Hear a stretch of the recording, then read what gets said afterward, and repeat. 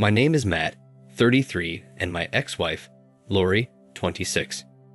We have been married for only 2 years. It's still so sad that Lori destroyed everything we shared after all the promises we made to each other. Lori and I met at a mutual friend's wedding in my hometown long ago. Coincidentally, we both traveled from the same state to attend the wedding. The groom was a close friend of mine from high school, and Lori was related to the bride. They were cousins. At the wedding, I could not take my eyes off of her, and I could not explain why. That marked the beginning of our relationship. We dated for a year before getting married. Profession-wise, she was a nurse and I worked as a data analyst, so we were both doing okay financially. Initially, I considered marrying Lori as one of the best things that ever happened to me because our lives were almost perfect, and I never believed a time would come when Lori would shatter my heart. We were a team and we found a way to balance our busy schedules. When we were both at home, we did almost everything together. We ate together, shared the bathroom, went shopping, traveled, and so much more. Our intimate life was also top-notch. She was so great in bed, and because I loved her company so much, we agreed that we wouldn't have kids in the first 2 years of our marriage so that we could enjoy our moments without interruptions, and she loved the idea.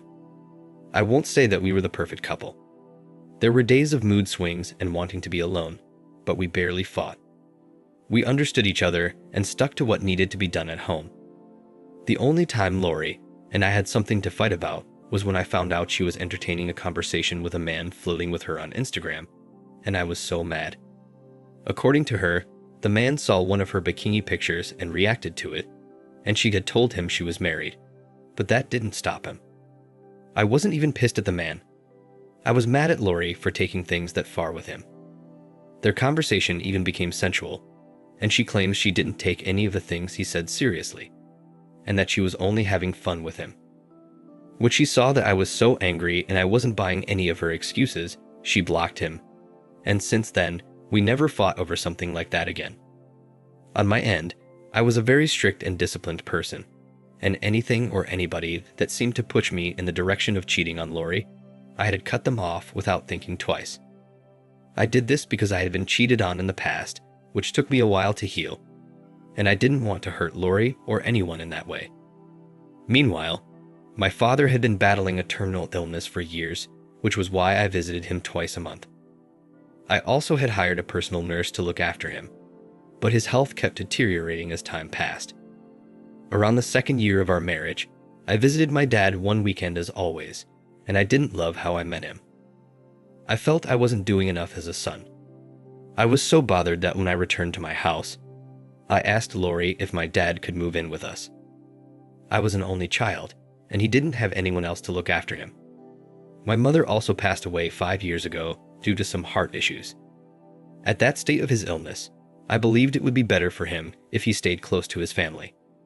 Also, his health was worsening day by day, and I wanted to spend those days with him in case they were his last. After much persuasion, Lori agreed for my father to move in with us, and I was glad. I was even happier because she was a nurse, and I thought she would also help look after her father-in-law, but after much deliberation, I changed my mind. A few days later, my father moved in with us. My ill father's presence caused a couple of things to change between Lori and me. I started spending more time with my father and less time with Lori. It wasn't like I neglected her or something. I didn't. We still spent time together, but it was not like before. My father's condition required someone to feed him, bathe him, help him take a pee, and do other things he couldn't do on his own. And doing all of these things took my time. So I hired a caregiver to help look after my father. As of the time my father moved in with us, I was working remotely, which gave me the flexibility to juggle between working and looking after him. The first 4 weeks after my father moved in with us, Lori treated him well and tried to spend time with him, which made me happy somehow. But after a month, her attitude changed completely. She started ignoring him and acting around him like he was a leaper. Initially, I thought she acted that way because she was always exhausted whenever she came home from work, but I noticed that even on her free days, she wouldn't even care if my father was home with us or not. In fact, on the days, Lori could go the whole day without seeing or asking of him. Lori would be at home watching TV or doing something with her phone, and after that, she'd go out to hang out with her friends or visit her family. When her new attitude got out of hand, I confronted her about it, and she told me to my face that it was my problem to be worried about my father and not hers. She also mentioned something about not wanting him anymore in the house because he was spreading his disease and she hated the smell of old people. How ironic for someone who worked in a hospital. I never expected to hear that from her, and it came as a shock. It'd be a lie to say I wasn't disappointed to hear that. I already had enough of her attitude, and as if it was not enough, she complained that our house stank and reeked of medicine and dirt. She even went as far as saying that she didn't leave the hospital to come back at home and smell like a hospital. And as a result of that, she preferred to spend more time outside with her colleagues from work and girlfriends than come home to me and my dad. Meanwhile, her change in attitude did not only affect her relationship with my father, it affected our marriage too. I know it was a very tough time for us, and having an elderly sick person under our roof was not easy, but I expected her to understand for a while. I tried as much as possible to balance work, caring for my father, and our marriage. I didn't want to lose my marriage while looking after my dad because I loved Lori a lot. To be honest, when Lori told me she would be spending more time outside because of my father's presence, I thought she was bluffing. She started staying out late and would return as late as 1 a.m., which she was supposed to be home by 7 p.m. The first time it happened, she said something about going out to drink with her friends at a bar, and they lost track of time and stayed out late. But after that, it became more of a habit. On some nights, she would not return home, which became very annoying. If I asked her why she didn't return home, she'd say she had to cover up for a sick colleague or she chose to work extra time. As she continued with this new lifestyle, we fought more and more. She became very insolent, called me names, and said hurtful words at the slightest provocation. Sometimes, she wouldn't hesitate to start a fight in front of my father. Also, she stopped cooking, doing the dishes, and cleaning the house. She left everything for me to do. All she did was sleep at home on some nights and leave as early as 7 in the morning. It even got to the extent where she stopped inviting her friends and relatives home because, in her words, she didn't want to infect them with my father's disease. While all of this was happening, she came home one night to tell me she'd be going for a 1-week vacation with her girlfriends, her fellow nurses, and I kicked against it. I was hurt that our marriage was in shambles, yet she was more concerned about hanging out with her friends for a whole week. Despite my disappointment, she still went on her vacation. By the time she returned, I was livid after a week of no communication and her posting her bikini photos of the food she ate, and places she went to on social media. She was no longer the Lori I married, and it hurt me so much that she abandoned me in that season of my life. I needed her support and presence the most. Out of anger, I told her to return to where she came from, and without showing remorse, she rolled her box and left the house. This act alone broke my heart. Days passed, and she didn't call to apologize or fix things between us. She wasn't even concerned about me or my ill father. Thankfully, I had a caregiver who took off the responsibility of caring for my father from my shoulder, and I could focus on other things. I had to accept that being away from Lori was messing with my head, so I swallowed my pride and reached out to her. When she refused to pick up my calls, I went to the hospital where she worked at. We talked, and I asked her to come back home with me, and she insisted that she would think about it. But after much persuasion, she agreed to come home with me that day. I know you will all say I'm a simp or a weak man, but you won't understand the state of my heart and how lonely I was then. I loved Lori and wanted us to fix whatever was going on between us. After we went home that day, I tried to please her for about 3 days. I served her breakfast in bed and did other things she loved to make her happy and win her heart back. I even went as far as apologizing for any inconvenience my father's presence caused in our marriage, and I hoped things would get back to normal, but it got worse. That same week, Lori slipped out of the house again and did not return the following morning until later in the evening. It was almost like she was telling me, "Do whatever you want to do, I'm not changing my mind about us," and I got the message. In addition to everything happening, She started posting pictures of her at nightclubs, drinking and smoking with her girlfriends, and she wore more seductive and exposing clothes. Even with all of this happening, I still believed our marriage was worth saving until I saw a video that changed everything. One night, while they were out drinking, one of her close single friends, who I also followed on Instagram, posted a video of them hanging out and having fun as usual, and she took turns recording each person that was there with them. She recorded Lori making out with a man. His left hand was inside her skirt. At first, it felt like my mind was making things up. After rewatching the video multiple times, I realized the only explanation for her change in attitude, sleeping out, staying out late, and talking back at me was because she was cheating on me. You might think I should have been heartbroken and in tears after seeing the video, but I wasn't. I was in rage. Yes, I was disappointed, but I was angry and disappointed. I saved the video on my Instagram saver and waited for her to return. As I expected, she did not return home that night, and when I asked her the next day, she didn't come up with a good reason and just ignored me. I knew she was already cheating on me, but Lori was wise and good with words, and she could say she kissed her affair partner under the influence of alcohol. So I knew I had to gather more evidence. On one of the nights when she was deep asleep, I accessed her phone with her fingerprint, and to my greatest surprise, I found out she was on 3 different dating apps. She created different profiles, and she mentioned that she wanted to have fun and make new friends. Seeing this definitely took me by surprise, and as if that wasn't enough, I found a WhatsApp group chat she belonged to. It was a group chat of 6 ladies, the same ladies she went on her recent vacation with. And the funny thing was, she was the only married one among them. On the group chat, they said all manner of nasty things to each other and teased each other about the men they all slept with. On reading further, I found out that Lori slept with 2 men in the space of 1 week while she was on her fancy vacation, and she even shared with them that her experience with the men was one of the best experiences she had in bed. I couldn't sleep throughout the night because of what I saw on Lori's phone. Deep down, I wanted it to be a bad dream, but it was 100% reality. When Lori woke up the following day to mind her business as usual, I confronted her about it, and she was angry I went through her phone without her permission. She showed no remorse that she was cheating on me with multiple men. Instead, she blamed me for pushing her to do everything she did. She even said that if I wanted our marriage to work, I had to choose between her and my ill father.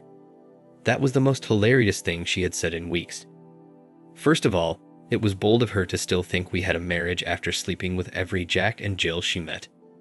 I told her our marriage was over and kicked her out of my house. There's no way I would pick her over my father. When I told her our marriage was over, she was stunned and said I was saying that because I was mad, but after I threw her stuff out of the house, she understood I wasn't just mad, I was serious. She had never seen me so angry in our 3 years of knowing each other. I told her to return to her men and have fun like she wanted. She left, expecting me to return and beg her like I did the last time. I have contacted the lawyer that will be handling our divorce case, and I can't wait to get it over and done with. Any advice would be appreciated. Now for the first update. Hello everyone. Thank you for your comments. Honestly, when I married Lori, I didn't think her profession would be associated with a high rate of infidelity. No, I'm not accusing all nurses of cheating. It is a noble profession, but some people tarnish its reputation. I'm only surprised as I have read your comments. I don't know what to say to those saying we should have dated long. I felt 1 year of dating was enough, and since we loved each other, I didn't think she would betray me like that.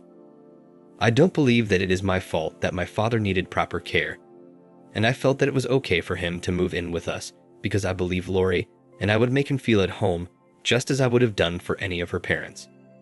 So, I only did what every other son would do. Last week, my lawyer sent her the divorce papers. She's been blowing up my phone since then. For the 3 weeks before she was served, she didn't call me once or even text. But after she got the divorce paper, she sent me many text messages. I picked up her call 2 days ago, and she was crying over the phone. She said she didn't want us to end things like this, and she did everything she did because she wanted to explore, and she didn't do it to hurt me. I didn't want to listen to the rest of her crap, so I hung up the call. Even if Lori did not cheat on me, neglecting my sick father and telling me to my face that it was not her problem to worry about my father was enough to hurt me. Somehow, I feel divorcing her will not make her feel the same pain I feel. So I've come up with the perfect idea of revenge. So there's one of Lori's closest friends, Adriana. I've been recently talking to. She was the one who posted the live video on Instagram. Last night, Adriana came over to my house to help me look after my father. It was her day off, and we ended up sharing a bed. I don't know if I'm moving too fast, but I'm sure Lori won't be happy that her closest friend and I are getting close every day. I know I'll be judged and called sick, but you know what? I don't care. The situation in which I'm in is unexplainable. My wife cheated on me by sleeping with several men, and my father is on his deathbed. How do I keep myself sane? A part of me just wants to take a picture of us in bed together and send it straight to Lori, but that would be me being childish, right?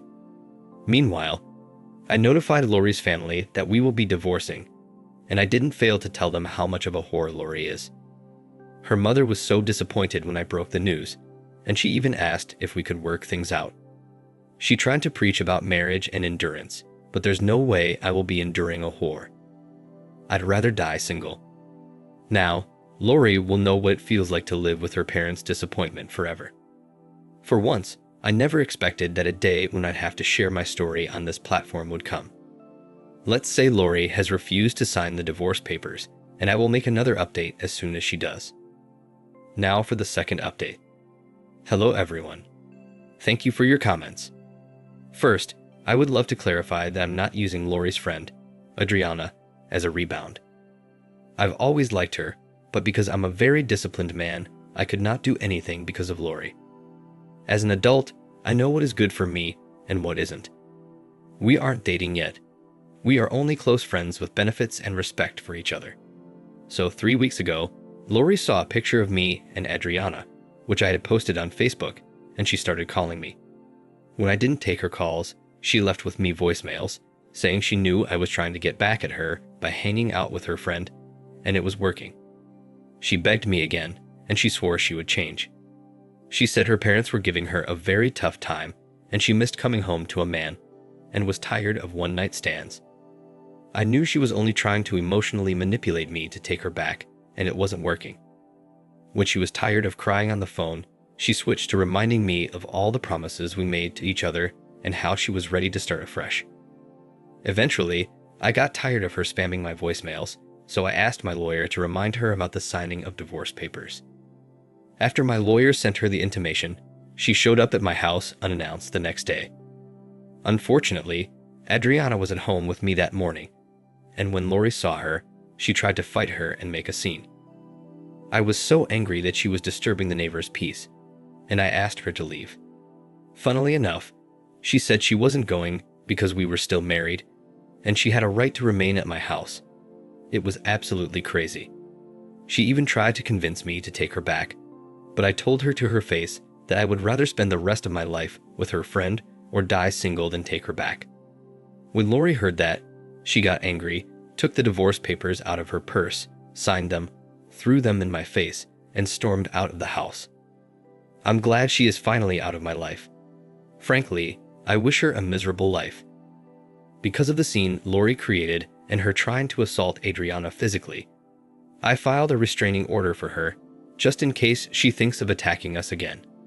Thank you everyone for your suggestions and advice. I'll be watching out for your comments. Thank you for watching. Like and subscribe if you enjoyed the video. See you next time.